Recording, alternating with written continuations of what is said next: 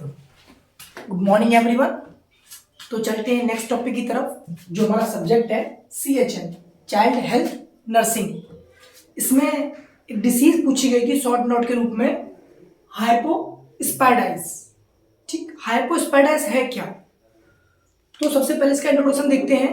हाइपोस्पाइडाइस एक जन्मजात बीमारी है कि जब बच्चा बर्थ लेता है उस टाइम पे होता क्या है, जो बच्चे का पेनिस होता है ना, उसमें जो यूरिथ्रल ओपनिंग है जहां से वो यूरिन करता है, वो जो पॉइंट है या जो होल है वो टिप पे ना होके यहां पे आ जाए, या फिर यहां पे आ जाए, या फिर यहां आ जाए। यानी मतलब जो यूरिनेशन का रास्ता है वो यूरिन ऊपर से ना करे, वो या तो इधर पेनिस की इधर साइड से करेगा, या यहां से करेगा, या यहां से करेगा। तो ये पेनिस का डिफेक्ट है, रिप्रोडक्टिव ऑर्गन का डिफेक्ट है जो मेल में देखने को मिलता है। तो इस बीमारी को हाइपोस्पाइडाइस कहते हैं। अब एग्जाम के पॉइंट ऑफ व्यू से इसे कैसे लिखेंगे शॉर्ट नोट के रूप में, वो देखते हैं।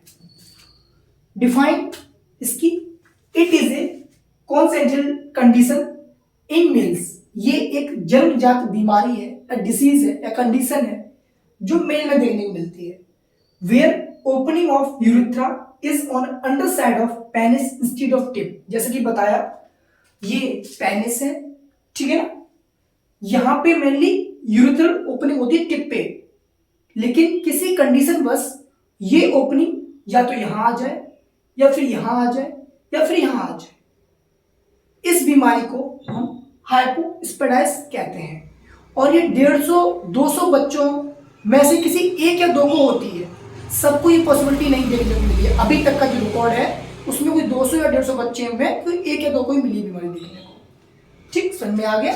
एक ऐसी जन्मजात बीमारी मेल्स के अंदर जिसमें यूरिथ्रल ओपनिंग पेनिस के टिप पे ना होके उसके साइड में हो, उसे ये कहते हैं। कॉज क्या क्या इसके कॉज होते हैं? जेनेटिक्स, एक जेनेटिकल कॉज हो सकता है, जैसे it can run in family suggest genetical predisposition. ठीक, मतलब जेनेटिकली ये देखने को मिलती है। किसी केस में पेरेंट्स को कभी समस्या हुई होगी तो हो सकता है वो इनहेरिटेंस, हेरिडिटी, जीन की वजह से वो बच्चे में आ जाए। Second, hormonal imbalance. इसमें होता क्या है कि किसी भी वजह से एंड्रोजन जो मेल का हार्मोन है उसकी कमी हो जाए, या फिर फीटल डेवलपमेंट के दौरान एंड्रोजन की कमी हो जाए, उस कंडीशन में ये डिसीज रूप ले सकती है। मैटरनल एज, अगर फीमेल या मेल 35 साल के बाद शादी करते हैं तो जब जो नया ऑफ स्प्रिंग आएगी तो हो सकता है उसमें ये बीमारी देखने को मिल सकती है। प्री मैच्योर बर्थ, किसी वजह से फीमेल में कुछ कंडीशन की वजह से प्री मैच्योर बर्थ हो जाती है तो उस दौरान रिप्रोडक्टिव ऑर्गन प्रॉपर तरीके से डेवलप नहीं हो पाते हैं, तो भी ये डिसीज देखने को मिल सकती है।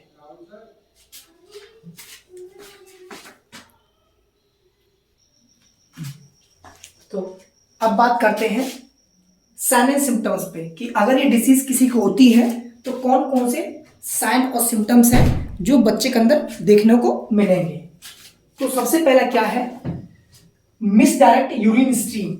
जो यूरिन है जो पास होगी उसकी डायरेक्शन में कुछ चेंजमेंट देखने को मिलेगा।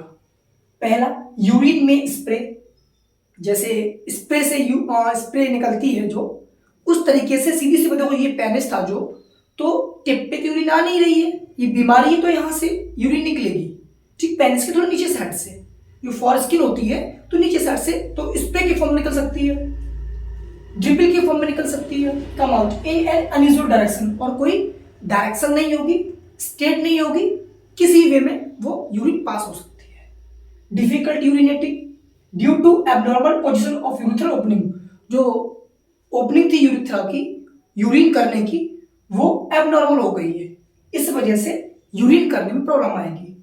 डाउनवर्ड कर्व पॉइंट, जो पेनिस है जब बच्चा बड़ा होगा तो हो सकता है वो स्ट्रेट ना होके थोड़ा कर्व में आ जाए और उसको और समस्या हो यूरिन करने में। अनयूजुअल फॉरस्किन अपीयरेंस, और फॉरस्किन जो होती है मेम्ब्रेन पेनिस के ऊपर, वो उसका एक तरीके से या तो पेनिस से अटैच होगी या पेनिस से बाहर होगी, तो ऐसा कुछ देखने को मिल सकता है। अब टाइप्स भी होते हैं इसके। ग्लैंडुलर, जब ओपनिंग यहां ना होके इस पे थोड़ा फॉरस्किन से नीचे हो तो ग्लैंडुलर। कोरोनल, जब थोड़ा सा और नीचे हो। सब कॉर्नल और नीचे।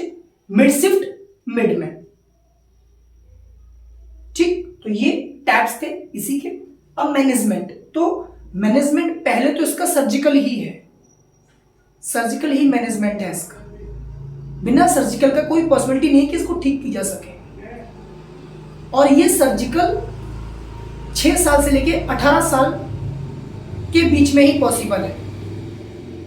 ठीक, मियाटोमी एक सर्जिकल मेथड है। जब बच्चा बॉर्न होता है उस टाइम पे इस ओपनिंग को ठीक कर सकते हैं। प्राइमरी रिपेयर, सर्जन जो होता है, जो सर्जरी करने वाला, straight penis and create new urethral opening, वो सर्जरी से पेनिस को ओपन करेगा और जो ये रास्ता यहां आया था इसको टिप पे करने की कोशिश करेगा। Secondary repair, it involve multiple surgery to gradual reconstruction penis and urethra, या फिर वो पेनिस के मल्टीपल सर्जरी करके पेनिस में वो कोशिश करेगा पेनिस को ठीक करे और एक यूरेथ्रा को ठीक करके प्रॉपर वे में जो पेनिस के ऊपर टिप होती है यूरिन करने की, वो वहां से स्टार्ट करा दे।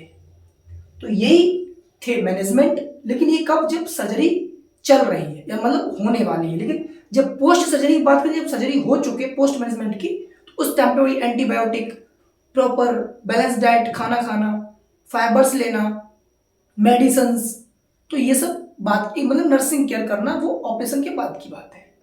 तो ये एक डिसीज थी जो चाइल्ड हेल्थ नर्सिंग में देखने को मिलती है। एक शॉर्ट नोट आया था, तो 5 नंबर में इतना सफिशियंट है। ठीक, अब आज के लिए इतना ही। नेक्स्ट मिलते हैं नेक्स्ट वीडियो में, नेक्स्ट क्लास में। तब तक के लिए थैंक यू क्लास।